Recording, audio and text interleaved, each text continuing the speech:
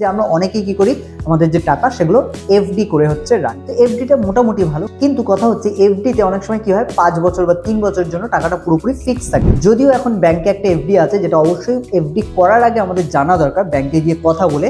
সেটা হচ্ছে কিছু এফডি থাকে, সেই এফডি করলে সেই এফডির এগেইনস্টে হচ্ছে লোন নেওয়া হয়। দেখো এসবিআই বা আদার্স ব্যাংকে একটা এফডি থাকে, সেটা হচ্ছে ধরে নাও কেউ হচ্ছে 10,000 টাকা সে ব্যাংকে জমা রেখেছে।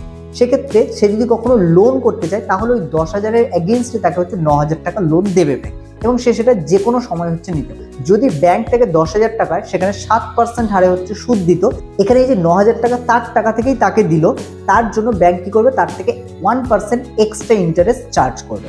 এবং যার কারণে কি হবে, যে তার যে টাকা সেটা 10,000 সেভ আছে, কিন্তু সে যেটা এক্সট্রা হচ্ছে লোন নিলে 15 থেকে 16% চার্জ করতো অন্য যে কোনো জায়গা থেকে, বা নতুন কোথাও থেকে লোন নিলে, সেখানে মাত্র কিন্তু 1% এক্সট্রা চার্জেই কিন্তু সে হচ্ছে আলটিমেটলি লোন পেয়ে যায়। এর সাথে সাথে বড়দের জন্য, বিশেষ করে যারা সিনিয়র সিটিজেন, তাদের জন্য বিশেষ কিছু স্কিম থাকে প্রত্যেক ব্যাংকেই। তো সেই কারণে সিনিয়র সিটিজেন যদি হয়ে থাকে, মানে 60 বছরের ঊর্ধ্বে যদি বয়স হয়ে থাকে, তাহলে কিন্তু তার জন্য হচ্ছে বেশ কিছু স্কিম থাকে। সেখানে হচ্ছে যে ইন্টারেস্ট রেট সেটা হচ্ছে 0.25 বা 0.5% আকারে কিন্তু বেশি থাকে। তো সেটাও কিন্তু হচ্ছে যে কেউ এফডি করলে এগুলো জেনে নিয়ে করতে পারে।